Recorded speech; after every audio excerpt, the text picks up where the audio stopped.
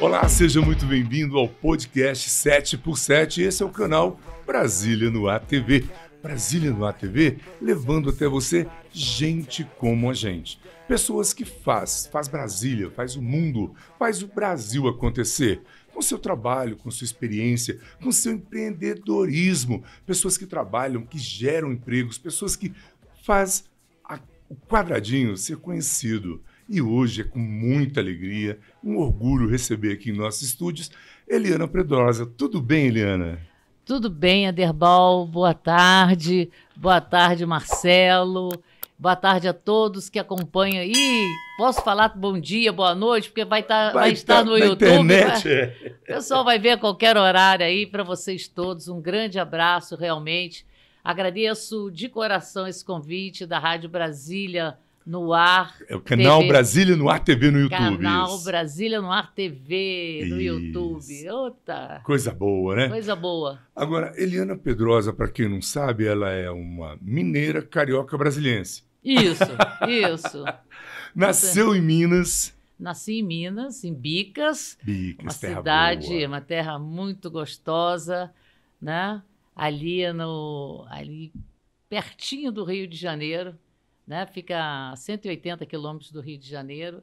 E o meu pai fez campanha para o político errado, trabalhava num banco do governo e foi mandado embora porque escolheu o governador que perdeu a eleição. E aí ele teve que... Você numa cidade do interior, próxima do Rio de Janeiro, fica sem emprego, vai para onde? Vai para o Grande Ceso. É verdade. E foi assim que nós chegamos no Rio de Janeiro. Então foi muito bom morar em Bicas, porque o quintal era a praia do Rio de Janeiro, não é isso? Exatamente. Que só fui conhecer depois que fui para o Rio, né? Que E coisa. bem mais tarde, né? Porque eu fui para o Rio com 1 ano e meio e só assim na minha... Agora, a sua festa de debutantes foi em Brasília. Veio para Brasília com 15 anos. Eu cheguei exatamente no dia do meu aniversário. Você pode pensar como é que eu estava feliz nesse dia, né? Porque você sai do convívio que você tinha ali dos seus colegas, dos seus amigos, e você chega na cidade, não conhece ninguém. Mas Brasília foi essa surpresa incrível. O verde da cidade, Céu, a liberdade que a gente tinha, principalmente naquela época, né? Você podia ir na rua, o pai não ficava preocupado, né? Brasília é muito bom. Foi muito bom. Tive oportunidades incríveis aqui em Brasília. Quando morou no Rio de Janeiro, é claro que você torceu para o meu Fluminense. Claro que eu torci para o Flamengo. Meu Flamengo hoje está embaixo, o Fluminense está em alta. É verdade. Ele está falando isso porque o Fluminense dele está em alta agora. Boa, meu Fluminense está numa boa. Agora, o meu Fluminense é um time que vive me dando muitas alegrias, mas também me dá muitas tristezas. Eu nunca vi. Ele é 2 notícias boas e uma ruim. E a gente vai vivendo, né? Agora, Eliana, me conta uma coisa. A família era grande lá em Bicas, depois no Rio? A família, tinha muitos irmãos? Não. A nossa família sempre foi assim, uma família média, né? Uhum. Minha avó teve 4 filhos, minha mãe teve 3. Olha aí. E eu tive 3 e adotei mais um. Que bacana. Então, são 4. São 4 também. Na política, só 2. Você e mais um, não é isso? Não. Hoje. Um sobrinho. Um sobrinho. Um sobrinho que é deputado distrital, Eduardo Pedrosa. Que legal. Vai até 2022 agora o mandato dele. O mandato dele encerra agora, em 31 de dezembro de legal. 2021. E ele vai voltar? 2022, 2022, perdão. 2022. E ele vai voltar? Vai... Ele está se candidatando outra bacana. vez para tentar repetir o mandato, né? Ele bom. fez um bom mandato, é um menino muito centrado, muito sério, muito educado e que tem procurado, através das suas emendas, dos seus projetos, traduzir o anseio das pessoas às quais ele representa. Agora, filha de Minas, deve cozinhar muito. Adora um franguinho com quiabo. Foi na mosca. Você teve dica, não é possível. Você teve dica, porque foi na mosca. Um franguinho com quiabo, com anguzinho, que na minha terra chama angu, em alguns lugares é polenta. É polenta, Mas, nossa, que dele deu até fome. Você põe ali uma pimentinha, nossa, fica no ponto. Coisa boa. E você cozinha bem? Não vou dizer que eu cozinho bem, mas eu gosto de cozinhar. Isso, eu sou uma pessoa que eu gosto de cozinhar. Quando eu tenho oportunidade, eu gosto. Fora da política, aos domingos, quem cozinha em casa sou eu. Olha aí. Né? Se não sou eu, é um dos filhos que cozinha. Porque se eu for comer na casa do filho, é ele que cozinha. Faz, né? Porque meus filhos gostam de cozinhar. Todos eles gostam de cozinhar, são excelentes cozinheiros. Melhor até do que eu. Agora, como é que caiu na sua cabeça uma moça tão nova já ser bisavó? Eu sou bisavó. Não caiu na minha cabeça, não. O povo hoje é que é rápido. É que é rápido, né? O povo hoje é que é rápido. Porque a aparência de bisa não tem. Ai, meu Deus, que bom. Que bom, mas o pessoal tá rápido, né? Tá rápido, tá né? Rápido. Que legal, que bacana. Eu já tenho, meu bisnetinho tem 3 anos de idade. É lindo mesmo, que demais. bacana. É só vó coruja, né? Bisavó coruja também. Não, e diz assim que vó é pai 2 vezes, bisa é pai 3 vezes, é mãe 3 vezes. É bisavó, é 3 vezes. Que legal, hein, cara? Deve ser muito gostoso. É porque a gente, à medida que você vai passando essas fases, aí você vai babando cada vez mais. O pires tem que ficar maior, né? Os filhos têm que subir e você vai cuidando. Agora me conta uma coisa. Foi a água lá de Minas, porque nós temos um espelho aqui em Brasília que é Juscelino Kubitschek. O cara construiu a nossa capital. Eu até hoje estava fazendo esse comentário com a minha esposa no trânsito. O cara construiu Brasília em 5 anos.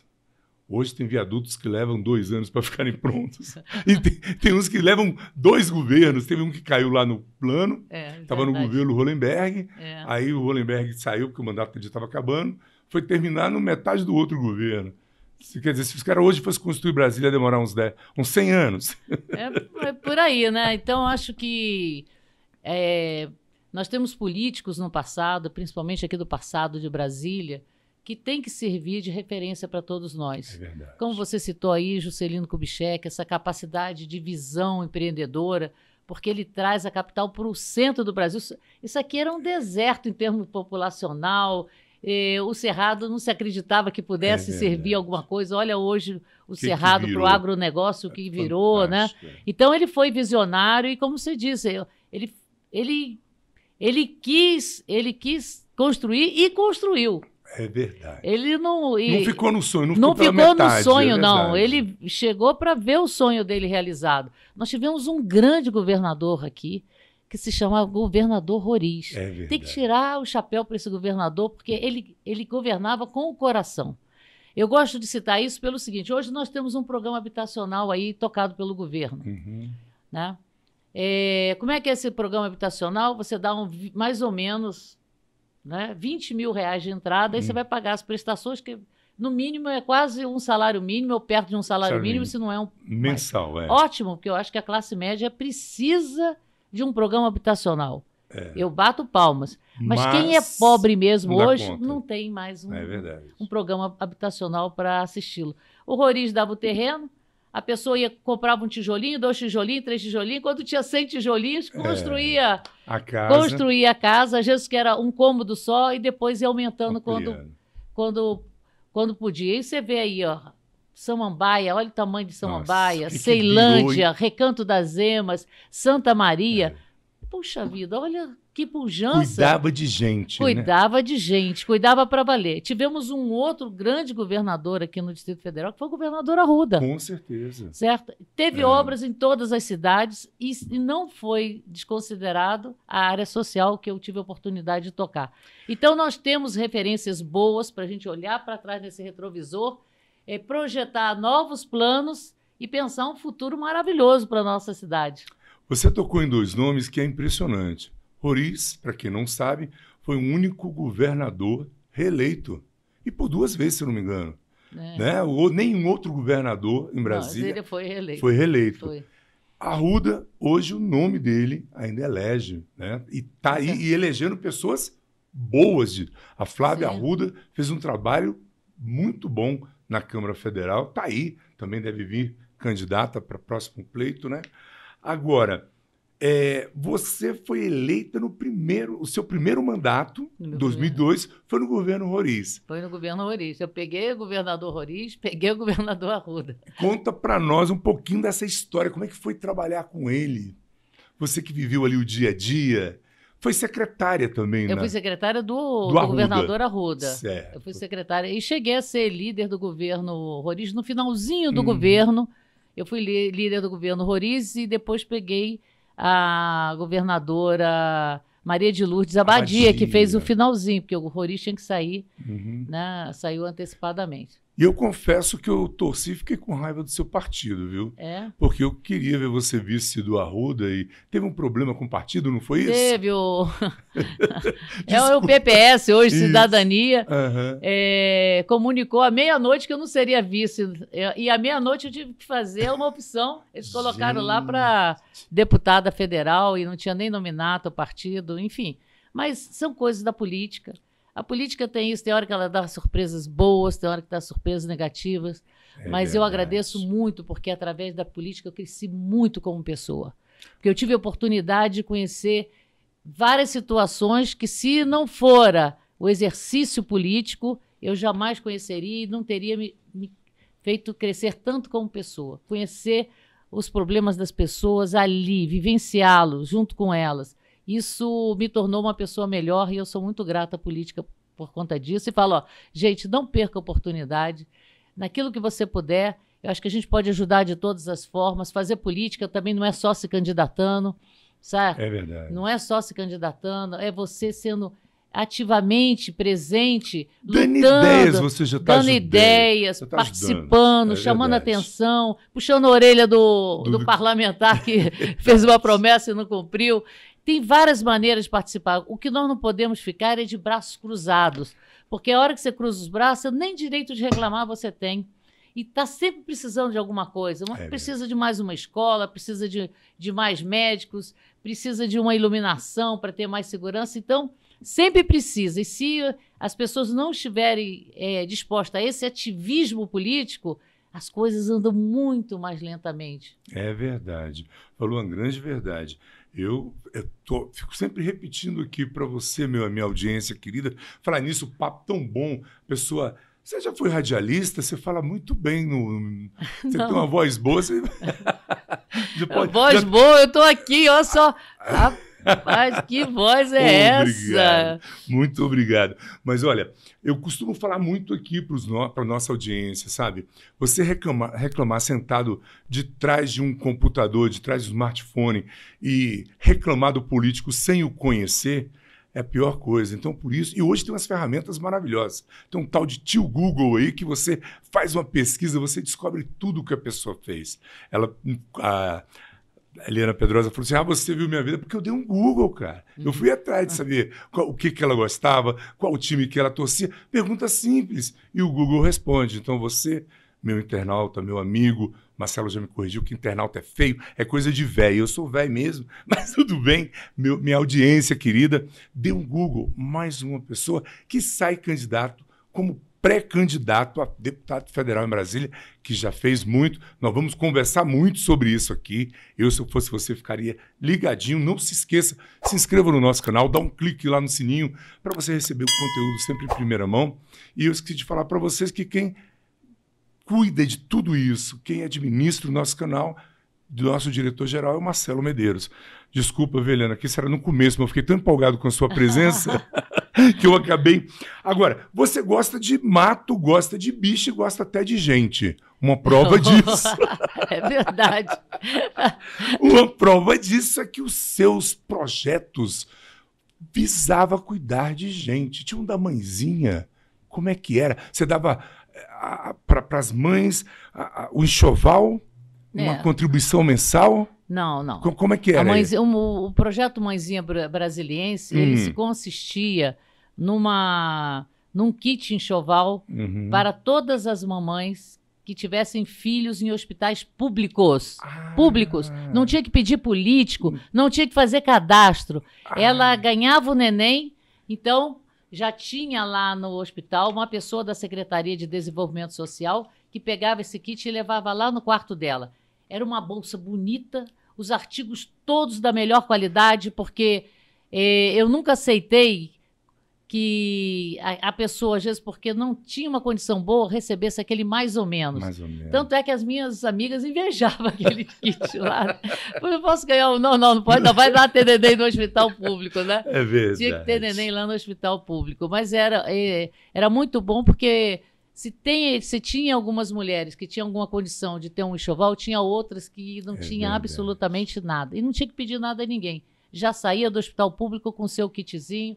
Até os 3 meses da idade, a criança estava ali, tranquila com a roupinha, com casaquinho, com cobertorzinho, tudo que direitinho, legal, né? Isso esse acabou, não existe mais. Não, o projeto está dentro da Secretaria de Desenvolvimento Social, é só a intenção de tocar, de reativar, né? Muito bacana. Você também tinha um projeto de isenção de taxas públicas. A família que tivesse até 5 componentes não pagava água. Era isso? Também tinha isso que daí, bacana, né? Cara. Era porque a água é essencial. Essencial. Com a Covid, nós descobrimos quão essencial a mais ela é, né? É verdade. Você tem que lavar a mão todos os dias, tal. E eu tive a oportunidade de vivenciar essa dificuldade das famílias, às vezes, de liberar um pouco a água dentro de casa, porque na hora que você começa a cortar a despesa, você corta até a água. Você corta não pode se negar água, né? Um copo d'água você não nega a ninguém. Eu não falo essa água para beber, né? Mas a água para tomar um banho tem que ter, restringe bastante. E também tinha um projeto maravilhoso que eu achei fantástico, porque a Eliana ela não só cuidou das pessoas que precisavam, era um projeto de cesta verde, distribuía mensalmente uma cesta de alimentos para as pessoas carentes. Vou explicar um pouquinho. Por favor. Na secretaria, quando eu cheguei na secretaria, tinha vários projetos já que existiam lá. E o que acontece normalmente na política, isso tem que acabar. Você tem projetos bons, quem entra depois descontinua. E um desses projetos, que era a cesta de alimentos, que foi proposto no governo Roriz, eu falei, poxa, isso é bacana. Tem arroz, feijão, óleo, açúcar, café. Eu falei, mas falta você colocar aqui uma capacidade melhor para a pessoa ter uma alimentação mais saudável. Então, nós introduzimos legumes, frutas e um frango de 2 quilos. Olha, tinha que ser de 2 quilos. 2 quilos. Tinha. Eu tinha mania de exigente. Eu era exigente. Se for para fazer, vamos fazer bem feito, E aí Eliana? nós atendíamos 2 pontas aí. Atendia as pessoas que realmente precisavam de alimentação, seja através da cesta emergencial, numa emergência, ou aquela cesta que era contínua, para uma pessoa que tinha perdido o emprego, né, e que precisava, durante um certo tempo, receber essa cesta com regularidade mensalmente, quando você atendia o pequeno produtor rural. Então, nós fomos nas pequenas propriedades rurais aqui do Distrito Federal ver o que eles produziam, de cenoura, laranja, banana, limão, tudo. Mas aquilo, a gente fazia um mix da época do ano, né? Porque de acordo com a época do ano varia alguns produtos. Então, nós entregávamos essa cesta e nós vimos o seguinte, quando eu pedi para introduzir os legumes, as frutas e o frango, a cesta ficou muito pesada. Passou de 46 quilos, fiquei sabendo. Eu fui lá no posto para ver como é que estava sendo as entregas, né? Aí eu vi uma senhora contratando um menino para ajudar a carregar a cesta. Falei, nossa, não dá para ser. Quer dizer que você atingiu a outra classe sem saber, arrumou emprego. Não, mas não pode. Né? Não era intencional. Não era, mas aí nós passamos a contratar vans que passaram a entregar na casa das pessoas. Que trabalho maravilhoso. Então, eu acho que foi não aumentou o custo um pouquinho para a secretaria, mas não aumentou muito. Gente, o custo com alimento é o custo mais barato, é um dos programas mais baratos que o governo pode entregar. É verdade. Tá certo?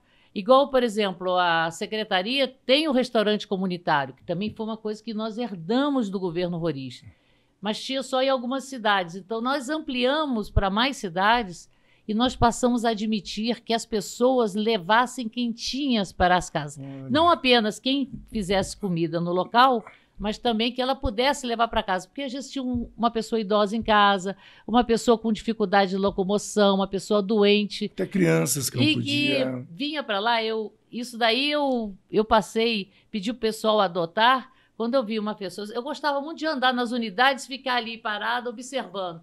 E eu vi que a pessoa pegava assim o copo que ela bebia, o suco, ela enchia de comida. Tadinha, aquilo misturava tudo, ficava tudo misturado. Para poder levar. Por quê? Não, vou levar para casa para minha avó. Tadinha. Falei, não, vou acabar com isso. Agora a pessoa tinha direito, a gente estabeleceu uma quantidade de quentinhas por pessoa, porque também tem aquela pessoa o seguinte. Ali compra por R$1 e vende ali por 10. Pega 100 e vai vender. Aí não tem jeito, né? Aí não há programa social que registra. Não, e eu vou dizer aqui para vocês que eu comi dessas comidas do restaurante comunitário muito boa. Tinha sobremesa, uma frutão, sempre tinha alguma coisa. E a comida muito bem feita, o nutricionista que preparava. Com nutricionista. Eu achei. E isso continua até hoje. Quando começou a Covid aqui, meu funcionário um dia foi e buscou. Onde você buscou essa comida? Aqui no comunitário aqui da estrutural. Falei, busca lá para mim, quanto é que é? Aí ele falou assim, não, só posso trazer uma por pessoa, e é R$1. Eu falei, como é que é? R$1? Não paga nem a lata, a marmita.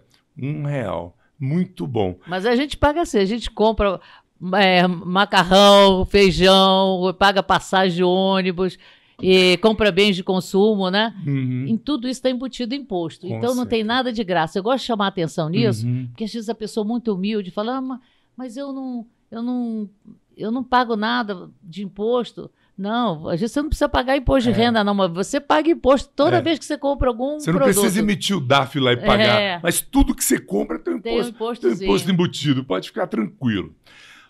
Aí você foi reeleito em 2006 para distrital de novo. Sim. Foram 3 mandatos como distrital? 3 mandatos. Que bacana. Três mandatos. Aprendeu muito, então? Muito, com certeza, eu te falei. É uma escola fantástica.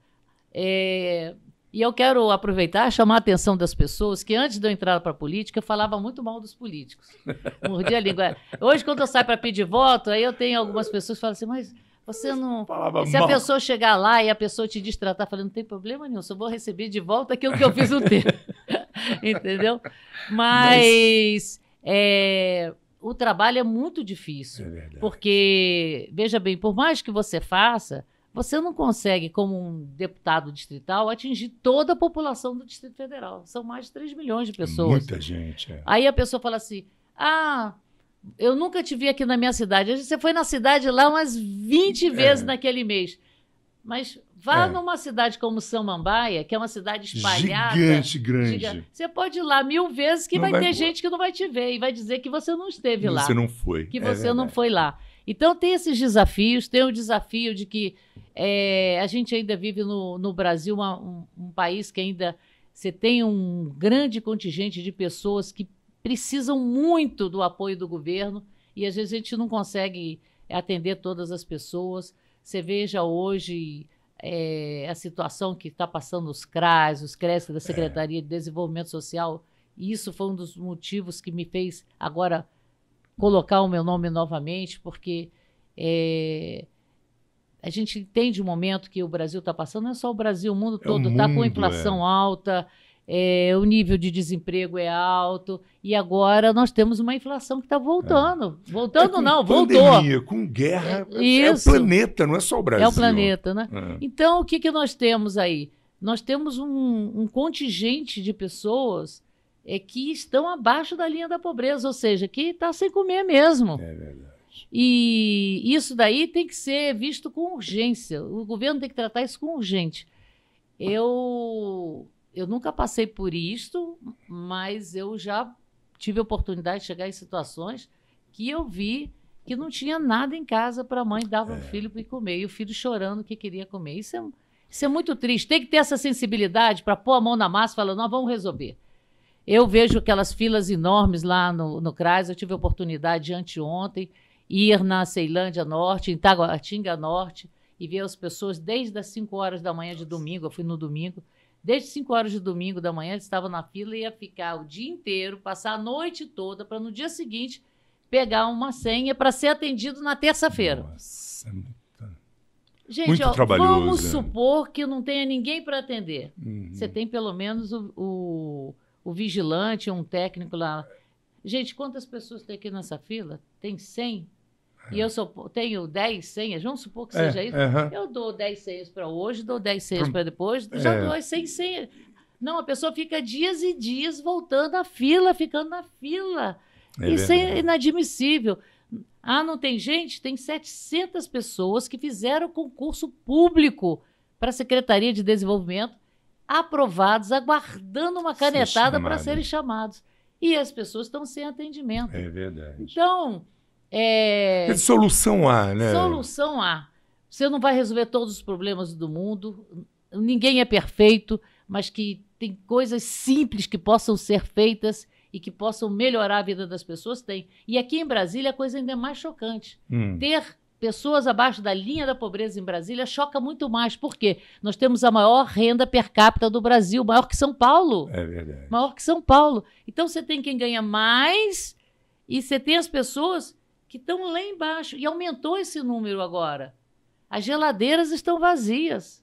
Então, o governo precisa dar uma sacudida, precisa atender esse pessoal.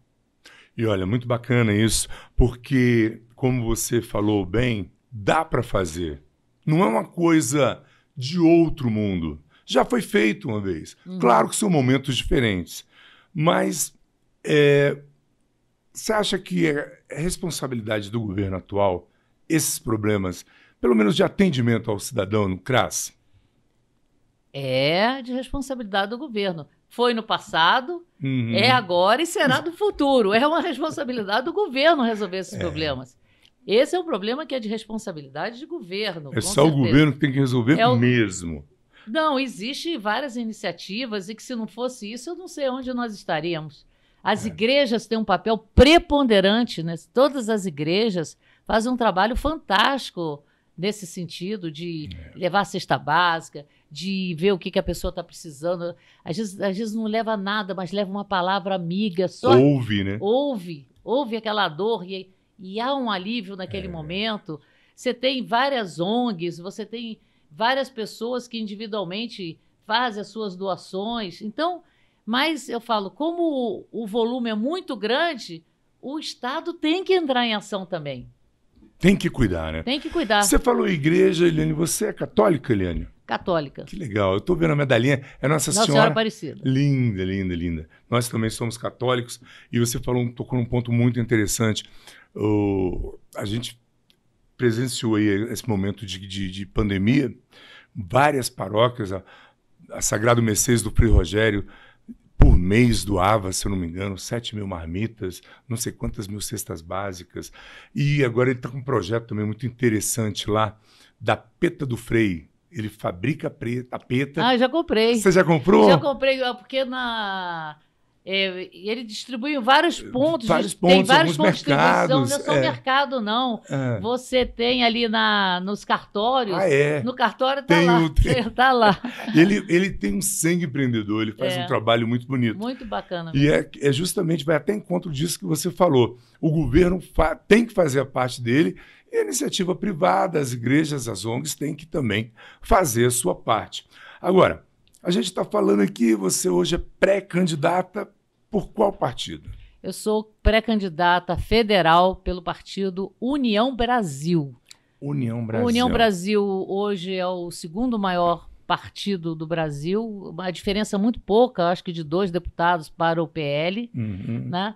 E fui para esse partido porque ele tem uma proposta que eu acredito e sei que ela é muito importante para nós brasileiros, que é a proposta do imposto único. Muito bom. É uma proposta antiga, né? E que já foi colocada aí, já tramita no Congresso e, infelizmente, não anda. Não anda porque, imagina só, banco paga imposto de renda, não, quem paga somos nós assalariados.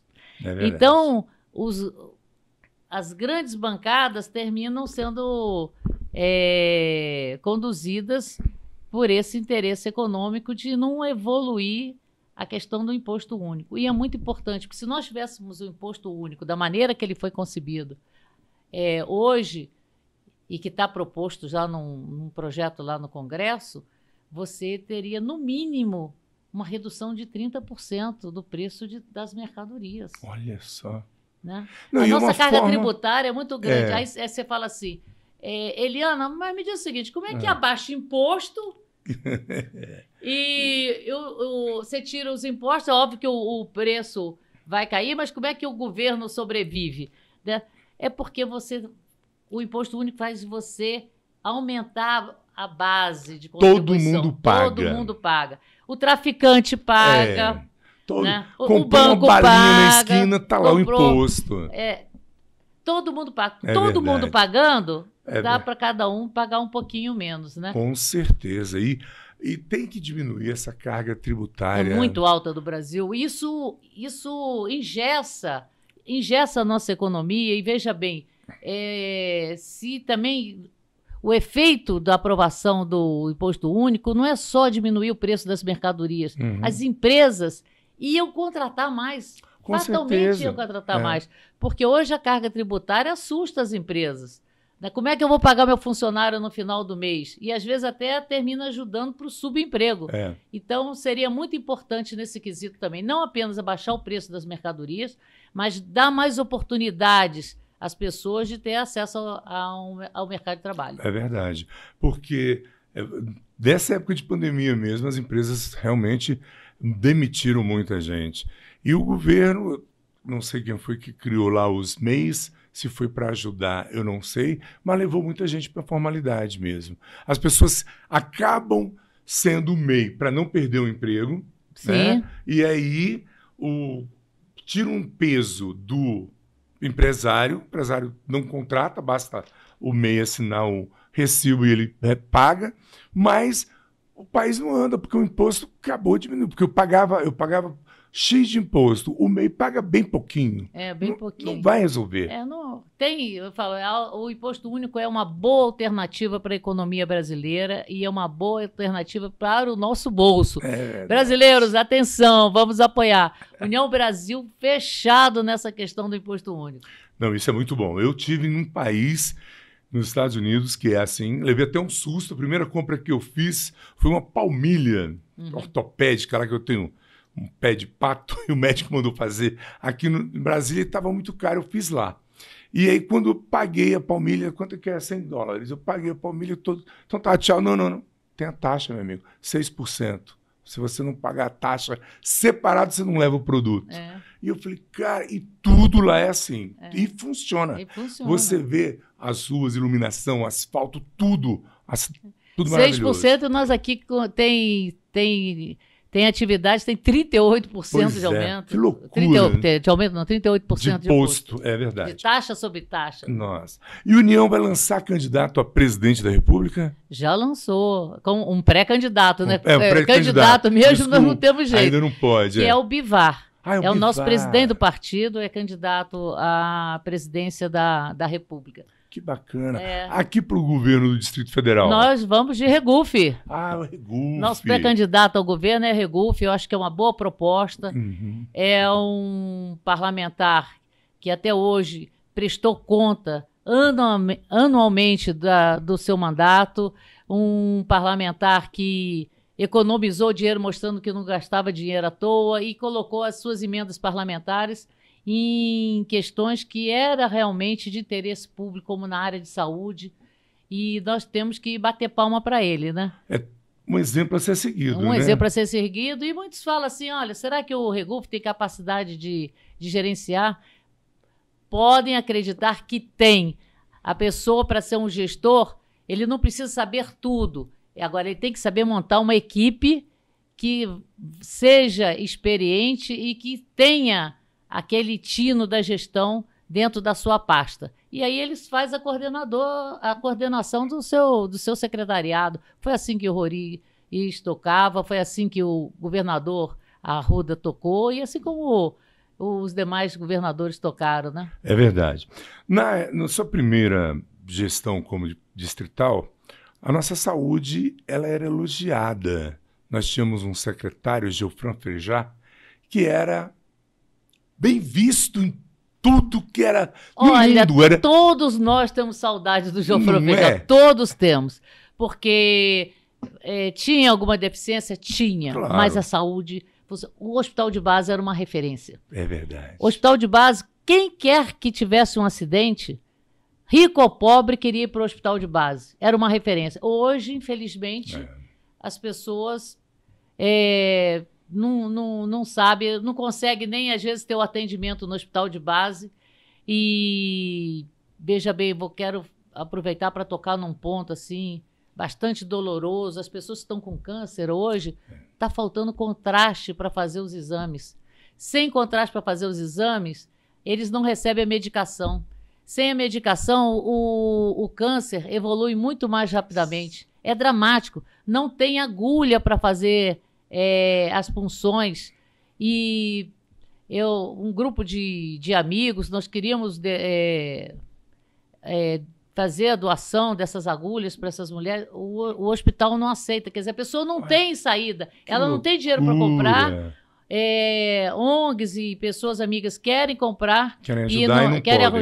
ajudar, não pode, e as pessoas estão vivendo hoje, quem tem câncer, particularmente, eu acho que envolve várias áreas, mas eu estou falando do câncer porque é uma doença que ela tem uma evolução muito ruim e muito rápida. Se você não tem com tratamento adequado, já é uma coisa difícil. Imagina sem um tratamento adequado. As pessoas estão sofrendo horrores. Horrores, horrores, horrores. Eliana, me corrija se eu estiver errado. Dinheiro tem, falta gestão. Não, nesse período agora não tem faltado dinheiro para a saúde. Até a questão da Covid foi bom porque trouxe mais recursos para a saúde, né? É uma questão de gestão mesmo, viu? Olha, tem várias coisas que chamam a atenção. Por exemplo, nós não temos pediatras. As mães vão de hospital em hospital e não acha solução para o seu filho. Aí tem que levar para casa, a criança, se recuperar, vai se recuperar com muito choro, com muito sofrimento. A gente sabe que tem crise de pediatra e clínico geral. Ok, eu sou governador, eu sou gestor, eu sou secretário de saúde, eu sei que tem esse problema. Então, por que a gente não faz um diferencial? Vão pagar uma gratificação especial para essas atividades que você não está encontrando. Que está escasso, né? Dá uma valorizada para atrair. Você consegue atrair de outras partes do Brasil. É verdade. Mas não vamos deixar o nosso povo sem... Deixa o povo amigo, realmente. Agora, Eliana, me conta uma coisa. Eu acho que isso começou até com o nosso saudoso Joaquim Roriz, que era um cara... Eu costumava dizer que parecia ser um cara de pouca instrução, mas o mais inteligente do planeta. E ele já falava, eu cheguei a ouvir uma vez ele conversando, que um dos projetos dele era aumentar o quadrilátero do DF. Por quê? Brasília tem hoje 3 milhões de habitantes e atende mais 2 milhões do entorno. Pessoas que moram no Goiás, Minas, que tratam em Brasília, trabalham em Brasília, né? Só mora lá. Tratavam em Brasília. Agora o pessoal de Brasília está no tratado no entorno. Eu recebi essa informação mas aqui. É verdade. Águas Lindas, Cidade Ocidental. O pessoal está saindo aqui para ir para lá. Até no Piauí o pessoal está indo se tratar. Não, e não é só tratar, não. Transferir carros. Eu fui transferir em Águas Lindas, porque teve uma época aqui que estava uma fila monstra, uma burocracia monstra. E hoje o Detran de Brasília terceirizou tudo. O cara tem empresa que faz a placa e o serviço ainda não está andando. Mas vamos torcer que melhore, né? Mas você acha que essa ideia do nosso ex-governador Roriz é válida? Aumentar o quadrilátero do DF até para receber a verba federal dessa fatia, desse pessoal que vem para Brasília, que estuda em Brasília, que frequenta Brasília?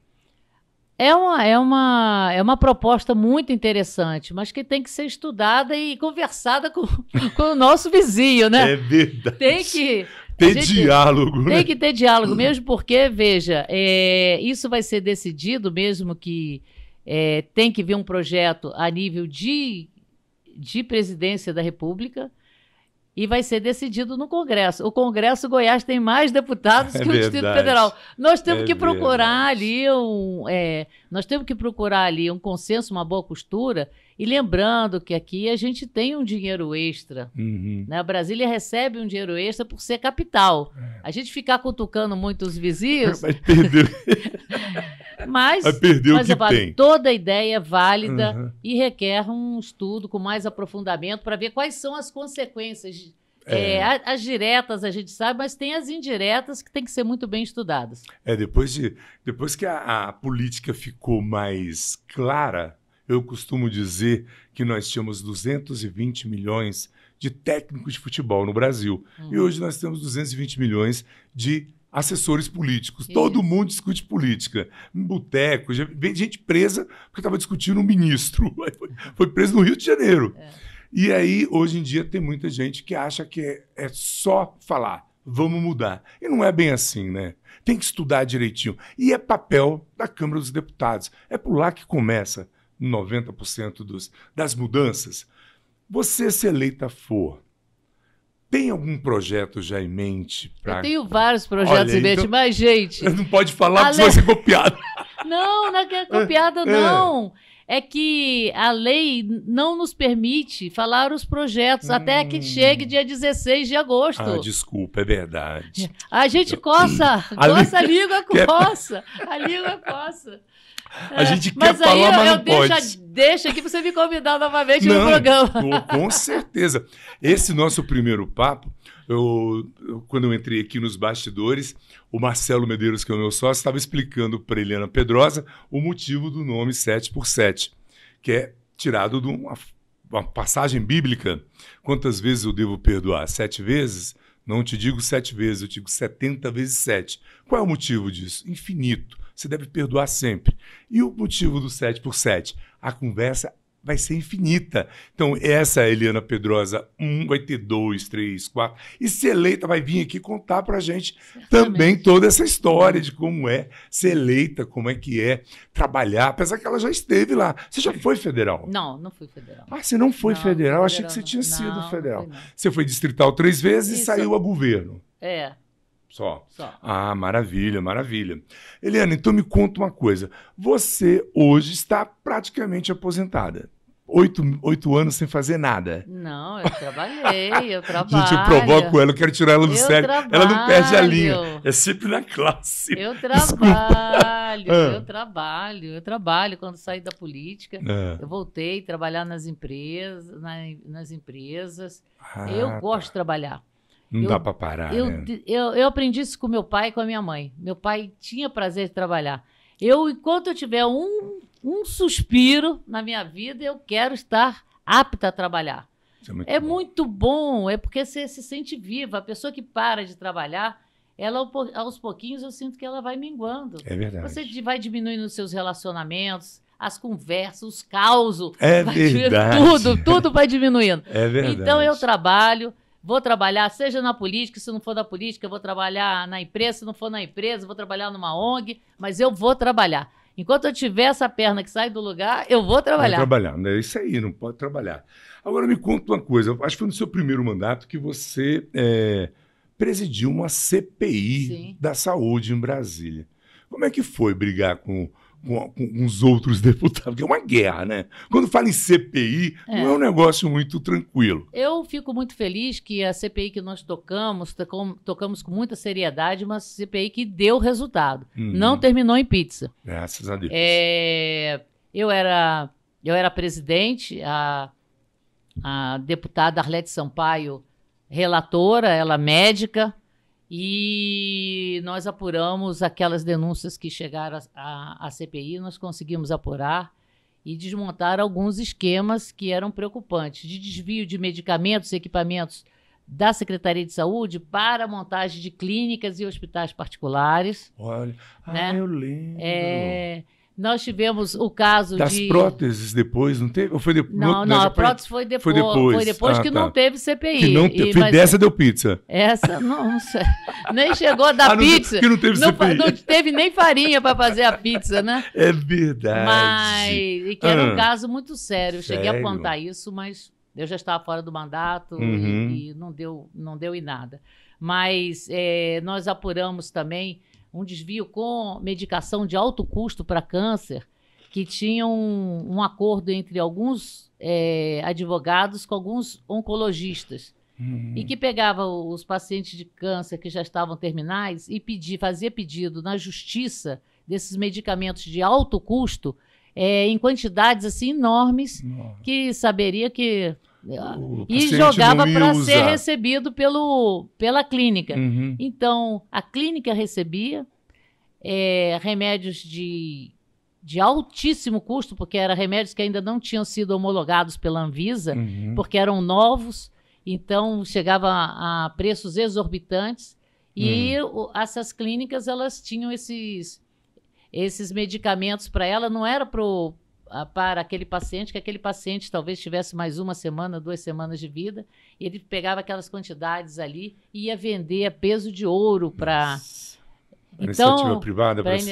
Para pacientes da iniciativa privada. Da iniciativa privada. Então, acho que nós fomos felizes nesse sentido, porque na minha presidência eu tomava as medidas muito ágeis, nós montamos uma equipe toda da CPI muito bem preparada tecnicamente para analisar rapidamente as coisas, porque se não for muito rápida, some. É verdade. As provas somem. É verdade. Né? E a Arlete Sampaio, sendo médica e com aquela coerência que ela sempre teve, ela fez um relatório assim, muito bem conclusivo, e mais do que isso, nós deixamos, ao final da CPI, mais que a sua conclusão, foi as sugestões para melhoria do sistema da saúde aqui. Deixamos várias sugestões que, se o governo quiser seguir, melhoraria substancialmente o atendimento de saúde no Distrito Federal naquela época. Então, eu fico muito feliz com isso. É muito bom, né? É muito bom. E, assim, é uma pena que ainda haja pessoas que se aproveitam da doença, do problema, não queria xingar um palavrão aqui não, mas da desgraça alheia para se eu acho que esse é o maior pecado, sabe? Não é? Esse haverá de ser o maior pecado. É falta de Deus no coração, né? Com certeza. Olha, Deus que me perdoe, vamos parar por aqui, senão vou começar a... Eu sou um cara muito nervoso, sabe? Eu não sei, eu perco a razão. E quando eu vejo gente roubando merenda de criança, remédio de gente que precisa, coisas de idosos, eu falo, cara, o cara desse não tem mãe, será que ele não pensa um minuto? E isso está acontecendo depois, eu lembro da CPI, e a saúde sempre foi uma brecha, né, para os grandes crimes. Quando eu te cortei até, essa das próteses foi vergonhosa. A gestão numa Secretaria de Saúde, ela é realmente muito complexa, porque você trata de um tomógrafo e de uma agulha. De um esparadrapo até uma prótese de coração, uma prótese de joelho. Assim. Então, é tudo muito caro, né? É tudo muito... são muitos itens, muito diversos. Você trata com diversos profissionais. Para você montar um hospital, você tem que ter nutricionista, fisioterapeuta, fonoaudiólogo, médico, enfermeira, técnico de enfermagem. Então, é um conjunto de... É muito complexo, realmente. E a maneira como está sendo administrando os hospitais não é boa. Eu chamo a atenção. Fizeram uma regionalização. Você conduzir um hospital só já tem a sua complexidade. Aí colocaram para conduzir 2, 3 hospitais. Aí a pessoa que está nessa central, ela vai lá, ela tira um profissional, por exemplo, um enfermeiro de uma UTI de uma outra unidade, e não dá nem satisfação nem ao diretor da unidade. Que isso? Aí tirou. Aí, de repente, chegou hoje lá o diretor, desfalcou os chefes, outro time lá. Os chefes de equipe, fala, cadê o fulano? Ué, não sei, cadê o fulano? Não sei onde está. Aí liga para o fulano, cadê você? Fulano, não, me transferiram para outra unidade. Que isso, mas cara. Mas se avisar, é um absurdo isso. Não tem lógica. Eu falo o seguinte, é isso daí que nos preocupa, é essa falta de gestão que todos nós temos que estar preocupados. Que não é o do governador em si, mas tem que ser alguém que entra dentro do sistema e vai ali, destrincha o sistema para ver os problemas que estão acontecendo. Esse problema de regionalização está acontecendo hoje em Brasília. E nós temos que mudar isso. Porque como é que uma pessoa que está numa outra unidade tira pessoas e põe pessoas sem avisar o chefe, sem avisar nada? Isso é muito grave, isso é muito grave. Como é que toca o hospital? Como é que vai funcionar? Jeito, não funciona. Não funciona. Não funciona. Então, quando eu comecei a minha fala no começo, quando eu toquei no assunto saúde, é falta de gestão. Dinheiro tem, até tem o pessoal, mas está com essa mudança, atrapalha. Gestão, atrapalha a gestão, né? E sem falar que tem profissionais que, às vezes, para ganhar um pouco mais, aí tem 2, 3 empregos e que chega cansado, em vez de atender, vai dormir. Vai tirar um cochilinho. Então, isso são coisas que tem que ser olhadas. Como que nós vamos resolver essa situação? Né? E o seu foco sempre foi saúde? Você... Não. O meu foco sempre foi a área social. Mas a saúde mexe muito. É verdade. E você termina, você vai acompanhando, as pessoas vêm até você, você vai acompanhando. Mas onde está esse gargalo? Vamos ver onde está esse gargalo. Aí você descobre onde está o gargalo. Não porque você está lá dentro da saúde, mas você como usuário... Como usuário você descobre. Ou como acompanhando o usuário, você descobre. E eu falo o seguinte, você quer fazer uma gestão boa? Você acompanha o usuário. Você acompanha o usuário. Eu pergunto ao usuário que ele vai te mostrar os caminhos, os gargalos, e você vai ficar a fazer a gestão. Assustado de como é que tem coisas simples que pode resolver muito e que ninguém nunca pensou, porque a pessoa está lá no maco, sentado. Aí eu estou pensando, o tomógrafo está aqui, eu não sei o quê, papapá. Não, vai ali ver. É uma pecinha que você muda e que já ajuda. Não, essa é a sua ideia das senhas aí, das filas do CRAS, deixar as pessoas dormirem na fila. Um vigilante. Tá aqui, meu irmão, você tem 100 senhas para entregar. A pessoa chegou, você entrega, o atendimento a pessoa não fica sofrendo na fila. Aí o vigia até pode informar, só vai ter 100 senhas, mas aí fica aquela fila de 1000 pessoas. Cara, é um absurdo. Isso é um descaso com o ser humano. Exatamente. E foi muito bom você falar que eu tenho esse... Eu gosto de política, mas não entendo muito. E eu sempre achei que o político, quando eu falo política, eu vou imaginar os raposas, tá? Eles usam a educação, saúde, como moeda de troca. Sempre na época da eleição, ele vem com uma sugestão. Eu vou resolver o problema, eu vou solucionar. E vem mandato, sai mandato. E você está colocando de uma forma que parece até fácil, porque você acabou de dar, basta ouvir a pessoa que... Sim.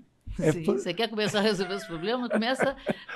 Segue o usuário, segue o fluxo, segue o usuário. A hora que você seguir o usuário, você vai começar a perceber várias coisas pequenas que não demandam aumento de recursos e que já vai melhorar o sistema em muito. É verdade. Vamos agora para uns temas mais polêmicos, se eleita for. Você é a favor do armamento? Eu não sou a favor do armamento do jeito que está posto aí. Não pode ser assim. Eu dou na lata para ver se eu tiro ela do prumo, mas ela é centrada, assim. né, Não pode gente? ser desse jeito, Não pode ser desse jeito. Ó, essa semana mesmo eu li aí que a polícia pegou aí uns bandidos e viu que o armamento é todo legalizado. O armamento... E às vezes a polícia, a nossa polícia, ela enxuga gelo. Olha, são os sofredores. Pelo seguinte... Porque ele prende o bandido vai para uma audiência de custódia, que ele fala assim, não, ele olhou de cara feia para mim. O policial já leva uma lavada e o bandido sai. Já vira um mocinho. Já vira um mocinho, né? O bandido fica sabendo... Ninguém quer ser testemunha, por quê? O bandido sabe aonde você mora e... Tem todos os seus dados ali na ocorrência. Como tem todos os dados do policial. Então, você às vezes reclama, mas o policial, para sair para as ruas, para fazer o seu papel, ele é um herói a cada minuto que ele está trabalhando. E veja bem, eu tiro por mim, eu acho que talvez algumas pessoas se sentem confortáveis de ter uma arma em casa. Ok? Positivo, tá? Mas sempre o bandido vai ter vantagem, porque... Ele vem preparado, você né? é um usuário eventual.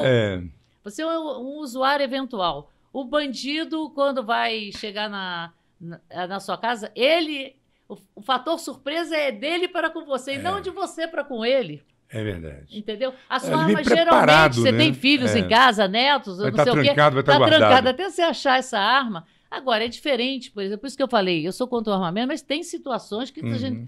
Uma pessoa que mora num local ermo, que não tem polícia, como nas fazendas, etc. Área rural, né? Uma área rural, você tem que ver que tem uma situação diferenciada de segurança que não é a mesma de nós que estamos na cidade. Então, acho que tem que ter uma medida e tem que também que tipo de armamento pode ser regulamentado.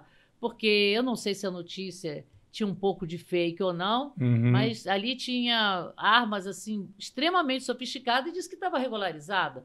Como é que pode isso? Eu não li a respeito. Saiu essa semana. Saiu alguma coisa, e tem aí os clubes de tiro que estão tentando legalizar vários tipos de armas.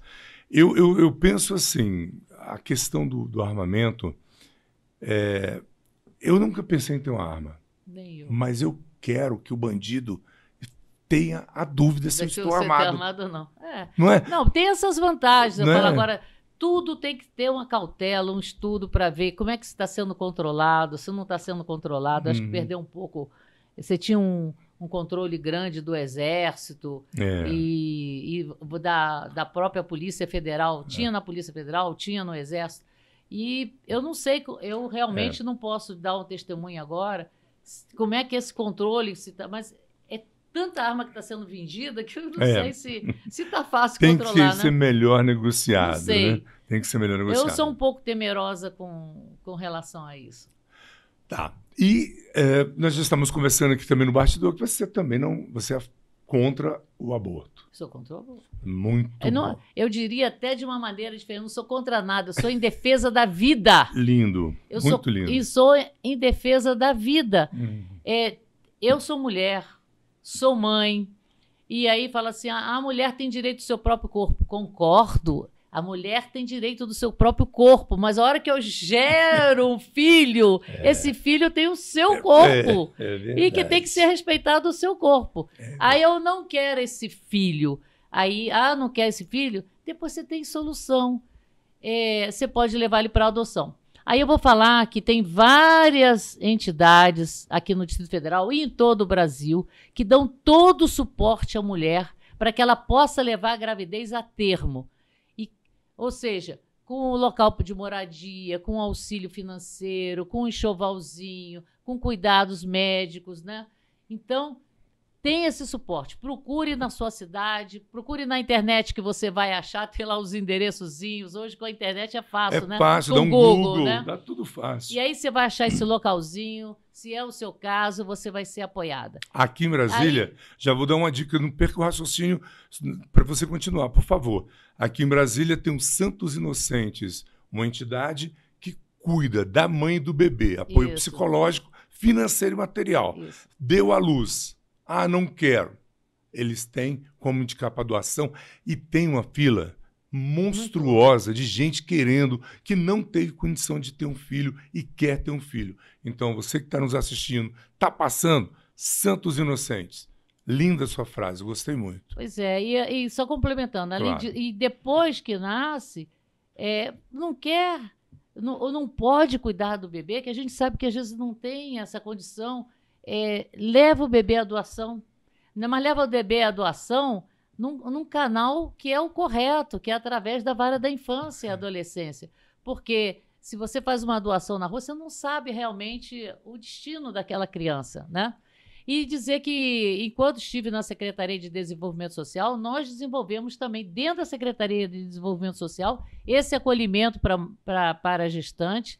E eu quero falar da minha felicidade, que todas as mãezinhas que foram assistidas dentro da Secretaria de Desenvolvimento Social, ao final da gravidez, nenhuma delas quis levar seu filho à doação. Todas ficaram com seus filhos. É lindo ter. Não, Nossa. olha, é daquele momento do desespero, às vezes até da pressão familiar ou da pressão do companheiro, que a mulher no desespero faz isso. Porque nós, essencialmente, somos mães e nós nos entendemos como mãe. A hora que a gente fica livre dessa pressão, você não quer levar o seu bebê. Então não aguente essa pressão sozinho. Procure ajuda, tá aí nossa dica.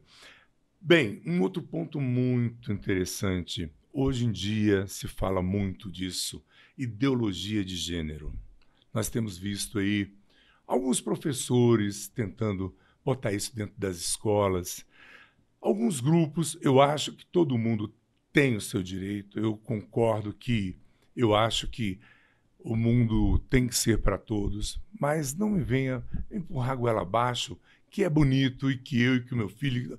Acho que cada um faz o que quer na sua vida, respeitando cada um o espaço do outro. Você falou tudo, é o respeito.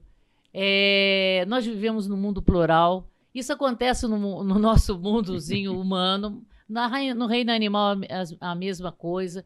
Então, nós temos que saber lidar com as diferenças. Né? Eu tenho que lidar com as diferenças. Então, se eu quero ser respeitado naquela minha crença, naquela minha visão de mundo, eu também tenho que respeitar o outro na sua crença e na sua visão de mundo.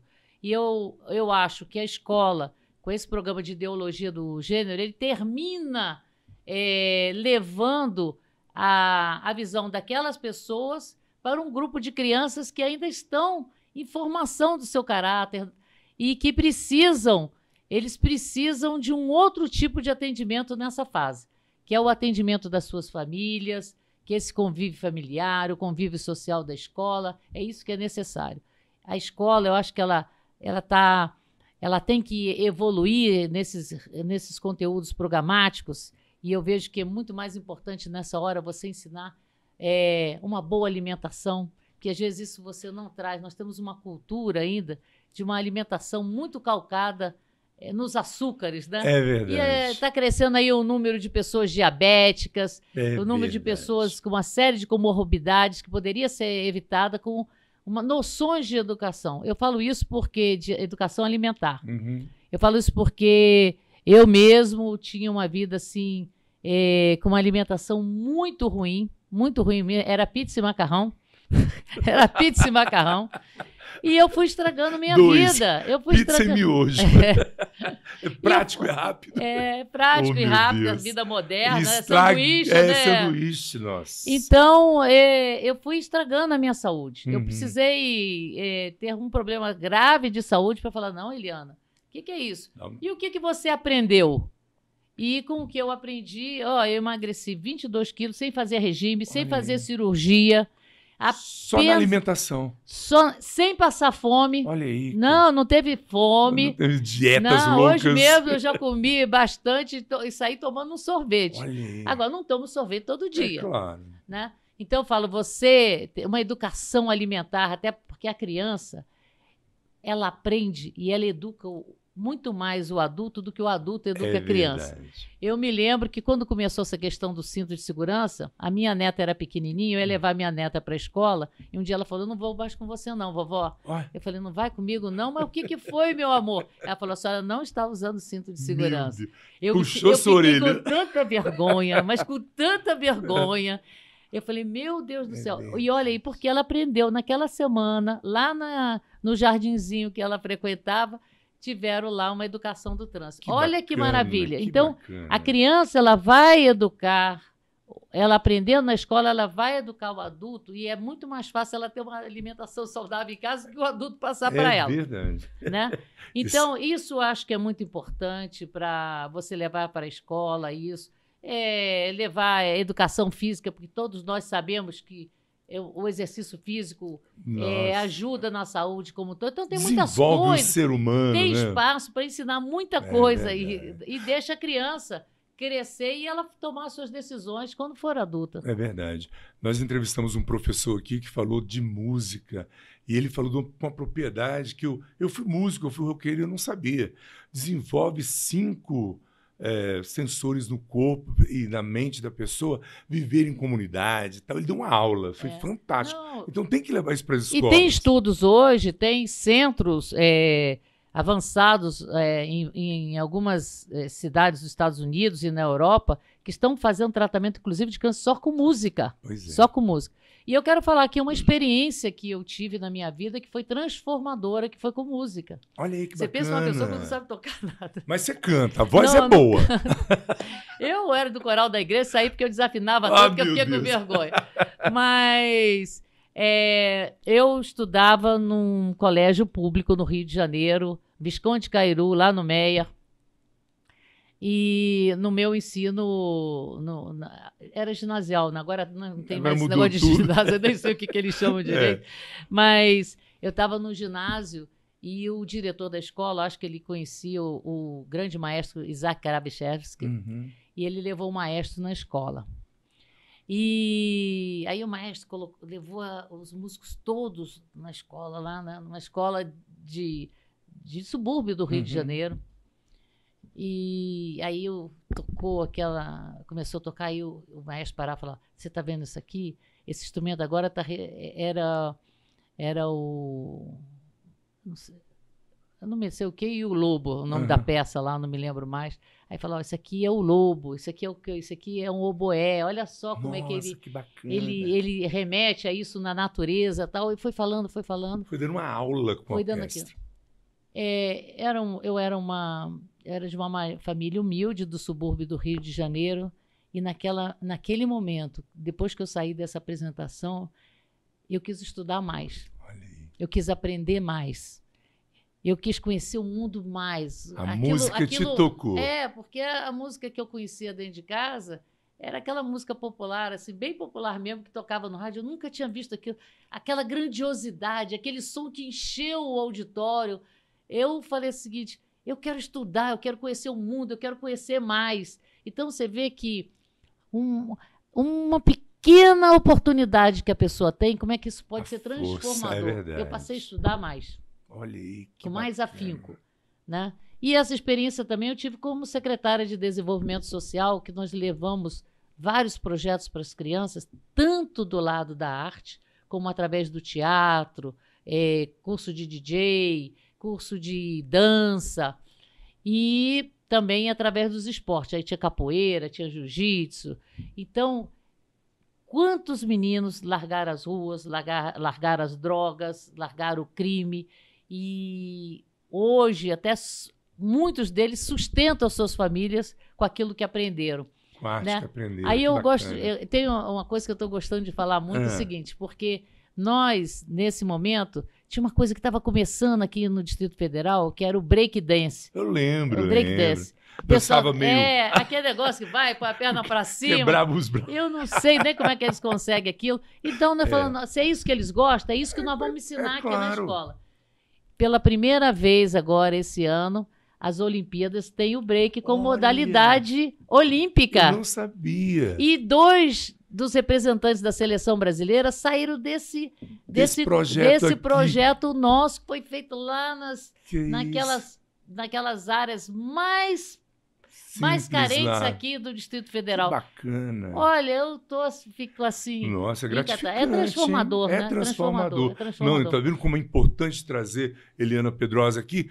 Contou uns detalhes que eu não sabia. A breakdance agora é esporte olímpico. É esporte olímpico. Que bacana. É esporte olímpico. Você vai assistir a Olimpíada, você vai ver lá. E olha os moleques de Brasília lá, que eles vão fazer sucesso. Eu tentei dançar porque era uma dança que era meio quebrada, eu sou desengonçado, eu falei, vai ser fácil. Foi nada. Nada, aquilo ali. É difícil. Nossa, o que muito eles fazem difícil. É incrível. Põe um braço só, joga as pernas lá pro alto. Cima. Põe a cabeça e roda. Coisa de doido mesmo. Eu tentei uma vez, andou aqui, eu parei e falei... Não, e eu brinco muito, né? Porque às vezes eu vou conversar com as pessoas com as quais eu vou falar de política, tá? E eu falo sobre o breakdance, né? Sobre isso.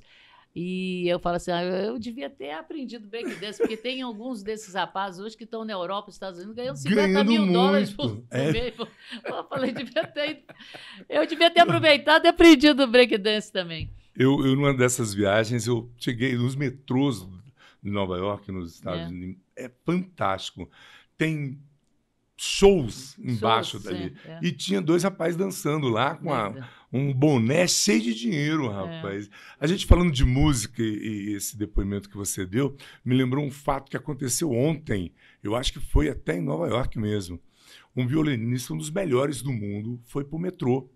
Um violino que custava $3 milhões, tocou lá uma obra que é a top, não vou falar para não errar e não falar besteira, mas tocou, parou 6 pessoas. 3 aplaudiram, uma deixou $1, a outra deixou $2. Ele pegou e foi embora. À noite ele se apresentou para um público de não sei quantas mil pessoas, que o ingresso custava $3 mil. Pra você ver a humildade que a música transforma o cara. O cara vai pro metrô tocar. Ele foi porque é da arte dele. Ele queria mostrar pro cidadão comum e ninguém o reconheceu no metrô. Coisa louca, né? É verdade. É uma trend interessante. Mas se a gente fosse discutir arte e dança, a gente vai ficar aqui o tempo inteiro. E eu estou aqui, gente, com Eliana Pedrosa, essa simpatia que eu já conheci de nome há mais de 40 anos em Brasília. Eu tenho 55 de Brasília. Depois que Eliana tem 20 anos de política em Brasília. Foi em 2012, 2002 a primeira eleição. E eu já ouvi falar demais de Helena Pedrosa, mas nunca tive o prazer de conhecê-la assim, tão de pertinho, pessoalmente. E estou aqui levando esse papo gostoso. E tem mais uma perguntinha. O papo está muito gostoso, vamos ficar um papo mais nervoso. Eu estou tentando tirar ela do sério e não consigo. Urna eletrônica. Você já foi testada 4 vezes. Acredita, duvida, tem medo? O que você acha da polêmica que foi criada na urna eletrônica? Bom, o que a gente acompanha aí, né? O hacker entra na NASA. É verdade. Deve poder entrar nessa urna eletrônica. Mas a verdade é que não tem nenhum outro sistema melhor, eu acho. Porque a apuração é rápida. Pode ter alguma fraude? Pode ter hackeado, pode. Ele não vai dizer que não pode, porque eu falo que os caras entram até lá no FBI, sei lá onde, entrou aqui no STJ. Enfim, então deve ter algum jeito de entrar. Mas você veja bem, na contagem dos papeizinhos também, tinha muita fraude também. É verdade. Você pode ter fraude de qualquer lado. Eu acho o seguinte, por isso que tem as fiscalizações, essas fiscalizações devem ser garantidas realmente, e a gente sempre pensar que a nossa humanidade está evoluindo e que a cada dia mais a gente possa esperar mais gente honesta do que desonesta, né? Isso é importante. Eu acho que é um caminho evolutivo da sociedade. E vamos contar aí que os hackers que entraram aí estejam de folga no dia das eleições. No outro dia parou, acho que tudo lá na Rússia, no outro dia parou tudo nos Estados Unidos. Então, jeito deve ter. Com certeza. É interessante, a criatividade das pessoas é incrível, né? Você vê que não precisa ir longe, não, né? Qualquer fato que acontece, você tem uma charge bem feita. É verdade. Eu vi hoje, na internet agora eu tenho no Twitter, tem um chinês lá que ele mostra assim, várias coisas assim, de tecnologia, que eu falo, não é possível, eu não acredito. Como é que alguém parou para fazer isso? Uma super máquina tocada só pelo vento, cheia feita de madeira, que deve ser uma construção assim de pelo menos o tamanho de um dinossauro. E diversos que anda na praia? Que anda na praia. Eu vi você viu? Isso, com o vento, toca o vento. Coisa louca. Pensa, como é que alguém para perder... Nossa. Não é perder tempo para fazer isso. É uma mistura de genialidade com falta do que fazer. Então, mas fantástico, eu vi. Faz e isso, é gigante. Não é gigante. Não é tamanho de dinossauro mesmo. Gente, como é que pode? Fantástico, então, eu vi. O camarada entrar aí numa urna eletrônica, até o cara deve entrar sozinho lá dentro. Teve capacidade de fazer aquilo. De fazer tudo, sei lá. Mas eu ainda acho que de todos os métodos que pode seguir, é o mais seguro, porque a rapidez é importante para que você tenha menos fraude também, eu acho, né? E vamos aí, põe a fiscalização. Exatamente. E eu falo, tem todas as pesquisas que terminam dando pelo menos um respaldo para não ficar... saiu uma coisa muito diferente da pesquisa. Então, vamos agora ver o que aconteceu aqui. Né? Você tem esses meios alternativos para fazer um monitoramento para saber se a coisa desviou do padrão mesmo. Com certeza. E em quantidade suficiente, né? Eu queria agora de você, se eu puder, mais um pouquinho de tomar do seu tempo, que você me dê uma pincelada do que você está achando do governo do Distrito Federal. O que você hoje faria se lá estivesse no lugar do Ibanez Rocha? Eu não vou falar isso porque é muito fácil você pegar. Julgar, né? Não, é muito fácil você pegar uma pessoa e fazer crítica. É verdade. O difícil é você construir. Sabe? Eu disputei o governo com o governador Ibanez. O governo não é uma coisa fácil. Você monta toda uma equipe grande, você tem que cuidar para que essas equipes todas não desandem. Às vezes você não consegue acompanhar todos os detalhes. Então, a crítica ela é muito fácil. É verdade. Agora, todos nós que temos uma crítica, a gente tem que trabalhar para construir. E quando saiu aquele episódio da mulher do governador, que é a secretária de Desenvolvimento Social, que ela estava dentro de um carro e falou que estava tudo muito difícil, eu gravei um vídeo. E eu falei nesse vídeo, olha, pode ser difícil, mas tem como a gente resolver. Eu me coloco à disposição para ajudar a resolver. E mais ainda, se a senhora quiser, a senhora pode fazer um convite público, que não só eu tenho certeza que Muita centenas gente. e talvez milhares de pessoas vão se colocar à disposição para encontrar a solução para esse problema. Então, eu acho que antes da gente criticar qualquer coisa, a gente tem que se colocar à disposição para ajudar. Às vezes você não sabe como resolver aquele problema, mas você conhece alguma pessoa que pode contribuir. Então, criticar aqui só por criticar, eu não vou criticar, porque cada ponto falho dentro da gestão do atual governo pode ter uma pessoa que vai ter uma visão diferente, vai dar uma contribuição diferente. Como também tem muitos pontos positivos que a gente não pode desconhecer. Claro. E o mais importante, a gente fala assim, olha, queremos que esses pontos positivos continuem e que tudo que não está muito bom, como a saúde e a Secretaria de Desenvolvimento Social, melhorem. E se precisar, para melhorar da nossa contribuição, a contribuição de outros brasilienses, que não seja eu, façam um chamamento público. Que as pessoas vão. É impressionante, o brasileiro vai. Ele é voluntário. Ele é chamado, ele é voluntário. Se for chamar... Não digo todos, mas você tem uma grande maioria que vai. Vai, e sem ganhar nada. É verdade. Entendeu? Sem ganhar nada, sem pedir nada. É verdade. Fala, é só mostrar o problema concretamente. Ter a humildade de apresentar a necessidade vai aparecer alguém com bom coração para ajudar. É verdade. Adorei o conselho.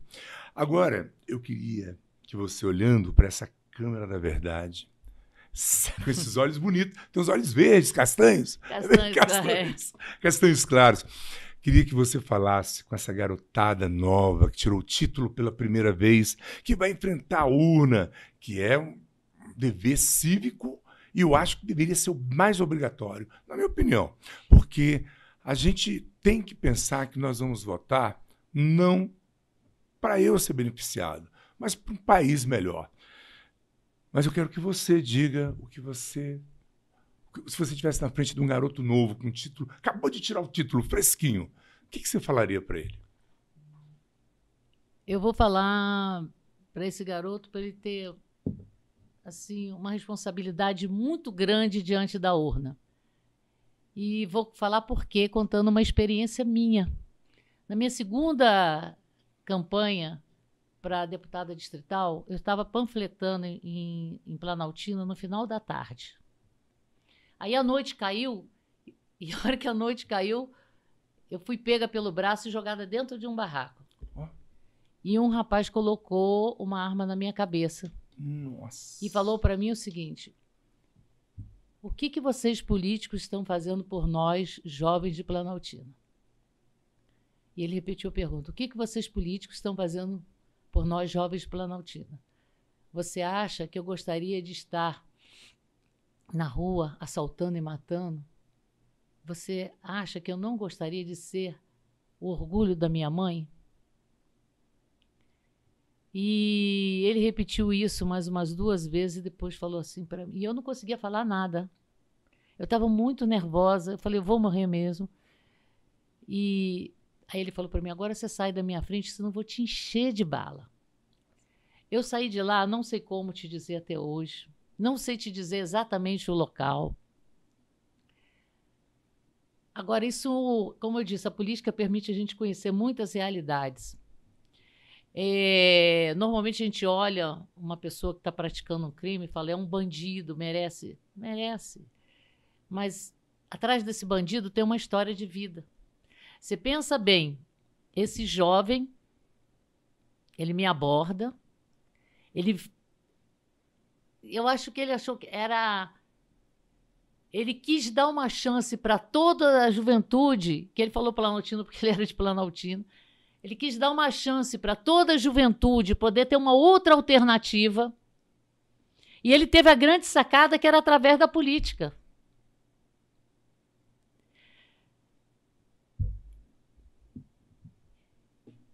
E aí eu falo para vocês, não deixem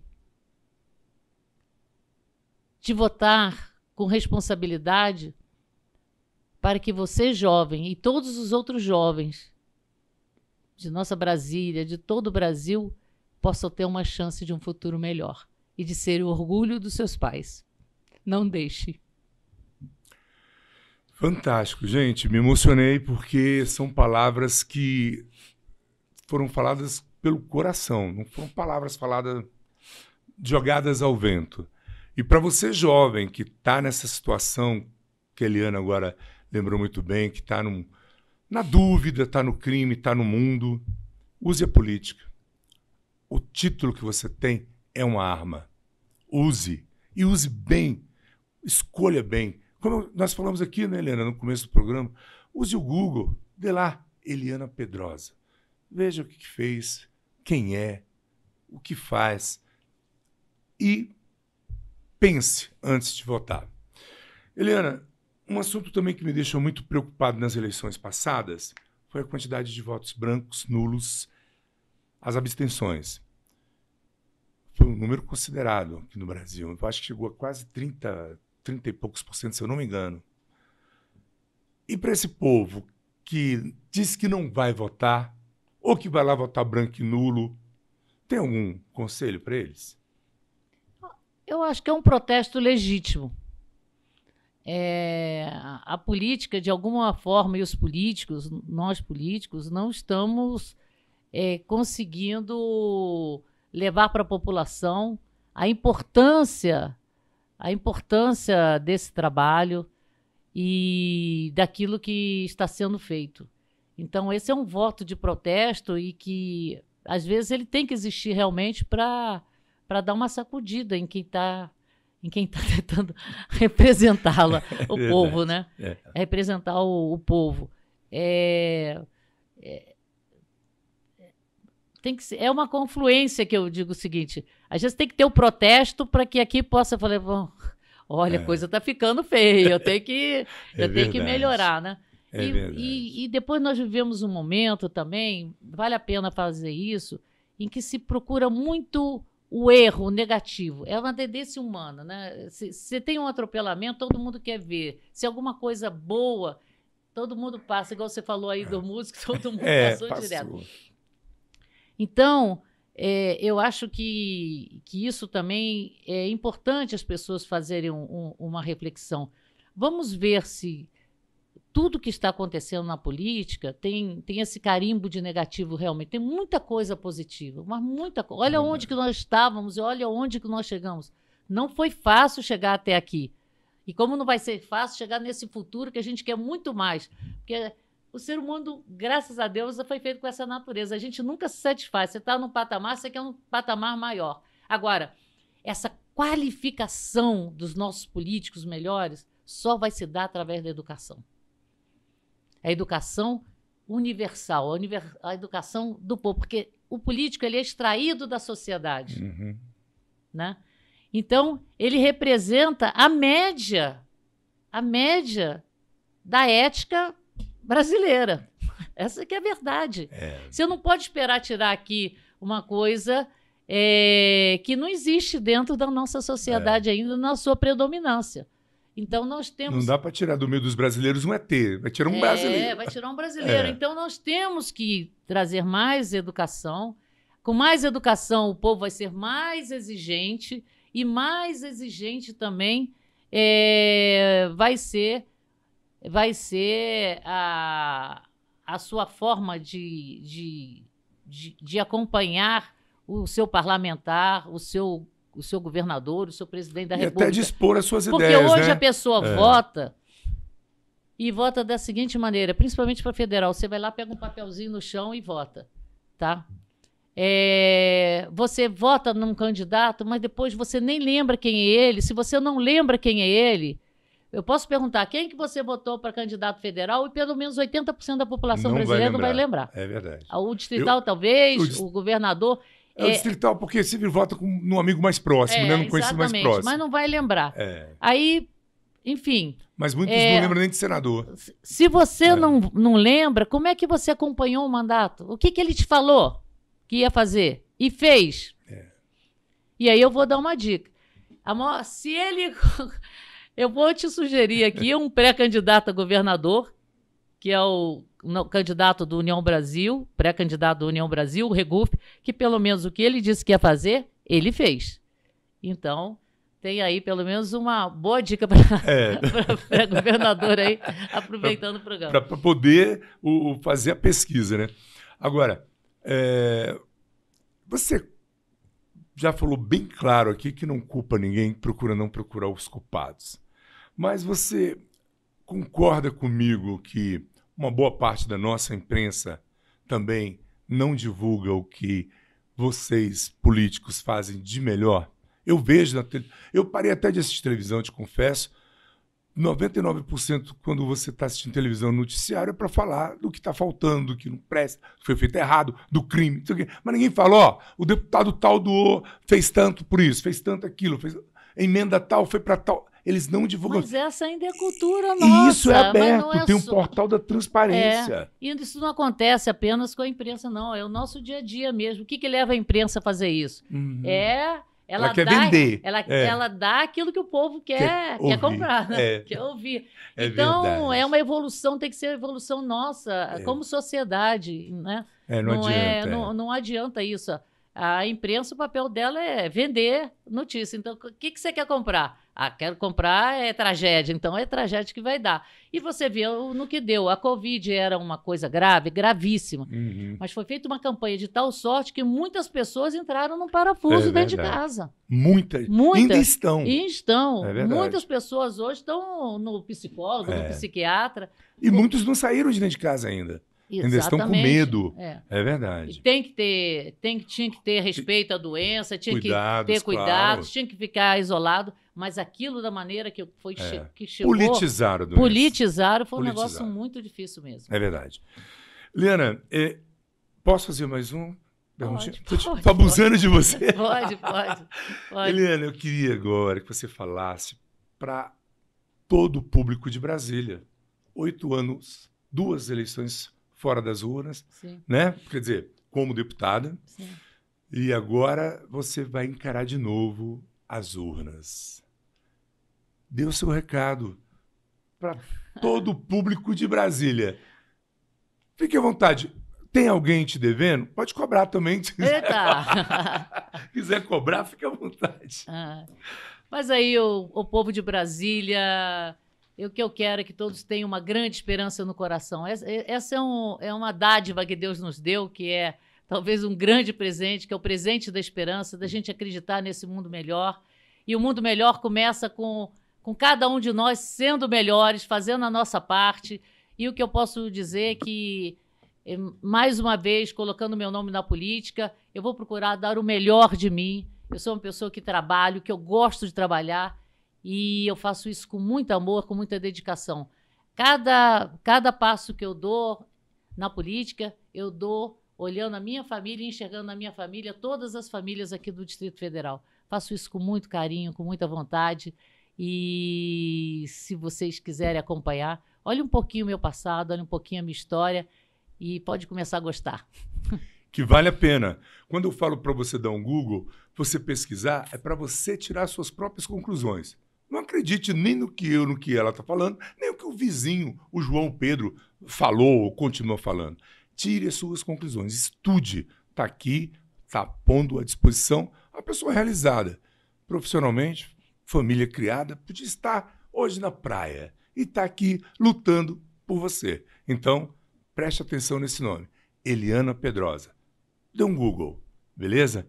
Eliana, meu anjo, não tenho palavras para te agradecer. A simpatia, sua delicadeza de nos atender. Espero que você tenha gostado.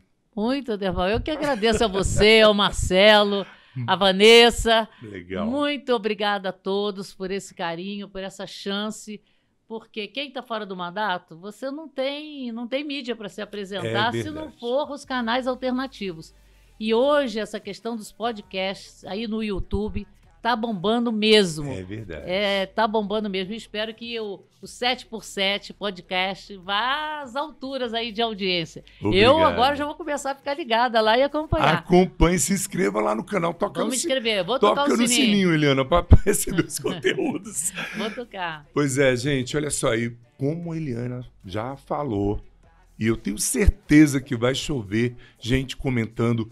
Traz Eliane. Erbal, você só fez pergunta boba. Pergunta coisas mais interessantes. Traz Eliana de volta e pergunte tais coisas. Me ajude a fazer o programa. O nosso canal é seu. Brasília no Ar TV está lá no YouTube para você se inscrever, tocar o sininho, dar o seu like e me dar sugestões. Eu agradeço aqui a nossa equipe, Marcelo Medeiros. Te convido, meu empreendedor querido, meu empresário, você que tem aí o seu produto e quer ver a sua marca aqui nessa telinha, venha conversar com a gente. Vou trazer a Eliane para ser nossa garota propaganda, viu? Então venha para cá, venha trabalhar junto com a gente. No mais, agradeço o Marcelo Medeiros pela direção e te digo, toque no sininho, se inscreva no canal. Até a próxima, se assim Deus permitir. Tchau.